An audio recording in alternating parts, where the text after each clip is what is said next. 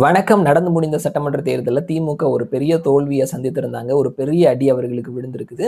பல காரணங்கள் சொல்லப்படுது. கூட்டணி கட்சிகள் நமக்கு சரியா வேலை செய்யல. கூட்டணி கட்சிகள் முதுகுல குத்திட்டாங்க. தேர்தலுக்கு முன்னாடியும் சரி, தேர்தலுக்கு அப்புறமாவும் சரி, நம்ம தனியாவே பயணிக்கலாம் அப்படின்ற மாதிரி பல கருத்துக்கள் சொல்லப்படுது. இன்னொரு பக்கத்துல கட்சிக்காரங்களே சரியா வேலை செய்யல. சீனியர் தலைவர்கள் அவர்கள் ஜெயிக்கணும்னு தான் பார்த்தாங்க. அவர்கள் பல உள்ளடி வேலைகளை ஈடுபட்டிருந்தாங்க அப்படின்ற மாதிரி பல கருத்துக்கள் சொல்லப்படுது. ஸோ கட்சியில நிறைய மாற்றங்கள் செய்யணும்.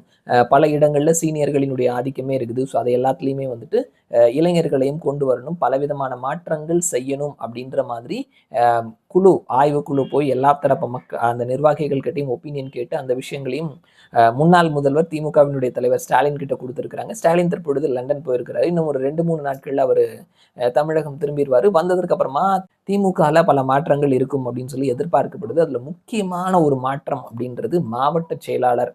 ஸோ திமுகல ஒரு ஸ்ட்ராங்கான பதவி அப்படின்னு நம்ம சொன்னோம்னா மாவட்ட செயலாளர்கள் ரொம்பவே ஒரு ஆதிக்கம் செலுத்தக்கூடிய பதவியா இருக்கும். ஸோ அதனாலதான் திமுகல எவ்வளோ மாவட்ட செயலாளர்கள் பட்டியல் சமூகத்தை சேர்ந்தவர்கள் அப்படின்ற மாதிரியான கேள்விகளை எதிர்த்தரப்பினர் எழுப்புனாங்க.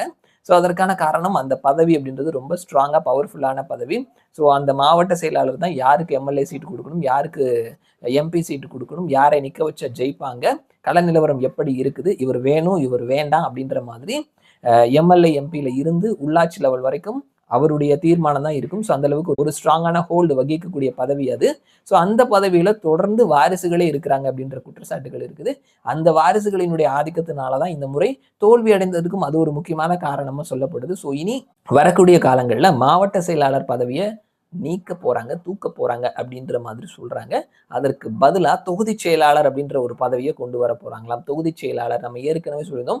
மாவட்ட செயலாளர்களினுடைய எண்ணிக்கையை 110ல இருந்து 120 வரைக்கும் கொண்டு வந்து 2 தொகுதிக்கு ஒரு மாவட்ட செயலாளர் அப்படின்ற மாதிரி கொண்டு வர போறாங்க அப்படின்னு சொல்லிட்டு, ஸோ இன்னொரு பக்கத்துல தொகுதி செயலாளர் அப்படின்ற மாதிரி கொண்டு வர போறாங்க. அந்த தொகுதிக்கான செயலாளர் அவர் இருப்பார். அப்படி இருக்கும் பொழுது நிறைய பேருக்கான வாய்ப்பு கொடுக்க முடியும். குறிப்பா இளைஞர்களுக்கான வாய்ப்பை கொடுக்க முடியும். அந்த தொகுதியில அவர் சிறப்பா செயல்பட முடியும். ஒரு சின்ன தொகுதி அப்படின்ற பொழுது அந்த ஏரியாக்குள்ள அவர் கட்சியினுடைய கொள்கையும் கட்சியினுடைய செயல்பாட்டையும் அவர் நல்லா மானிட்டர் பண்ண முடியும், சிறப்பா செயல்பட முடியும். இளைஞர்களுக்கு புதுமுகங்களுக்கு நிறைய வாய்ப்புகளை கொடுக்க முடியும். கட்சியில நிறைய பேருக்கு பதவிகளை கொடுக்கலாம். அதே நேரத்துல சீனியர் மாவட்ட செயலாளர்கள் அவர்களினுடைய ஆதிக்கத்தையும் குறைக்கலாம் அப்படின்ற மாதிரியான ஒரு முன்னெடுப்பை முன்வைத்திருக்கிறாங்களாம். இன்னும் அபிஷியலா இது சம்பந்தமான அனௌன்ஸ்மெண்ட் இல்லை. ஆனாலுமே மாவட்ட செயலாளர்களினுடைய ஆதிக்கம் தோல்விக்கு ஒரு காரணம் அப்படின்னு சொல்லப்படுது. ஸோ அந்த ஆதிக்கத்தை குறைக்கிறதுக்கு இளைஞர்களுக்கான வாய்ப்பை கொடுக்கறதுக்காகவும் அந்த மாவட்ட செயலாளர் அப்படின்ற பதவியை தூக்குறது அல்லது அந்த பதவியினுடைய பவரை குறைச்சு அதற்கு ஈக்குவலா தொகுதி செயலாளர்கள் அவர்களுக்கான பவரை ஷேர் பண்ணி கொடுக்கறது அப்படின்ற மாதிரியான விஷயங்களை செய்யணும் அப்படின்ற மாதிரி திமுகல முடிவு பண்ணி வச்சிருக்கிறாங்க அப்படின்றது சொல்லியிருக்கிறாங்க. ஸோ எல்லாமே திமுகவினுடைய தலைவர் தமிழகம் திரும்பினதுக்கு அப்புறமா பல மாற்றங்கள் அந்த கட்சியில இருக்கும் அப்படின்ற செய்திகளை நம்ம கவனிக்க முடிகிறது. அண்ட் என்னென்ன மாதிரியான மாற்றங்கள் நடக்குது அப்படின்றத வெயிட் பண்ணி பார்க்கலாம். மறுபடியும் நான் உங்களை இன்னொரு வீடியோல சந்திக்கிறேன். அது வரைக்கும் நன்றி.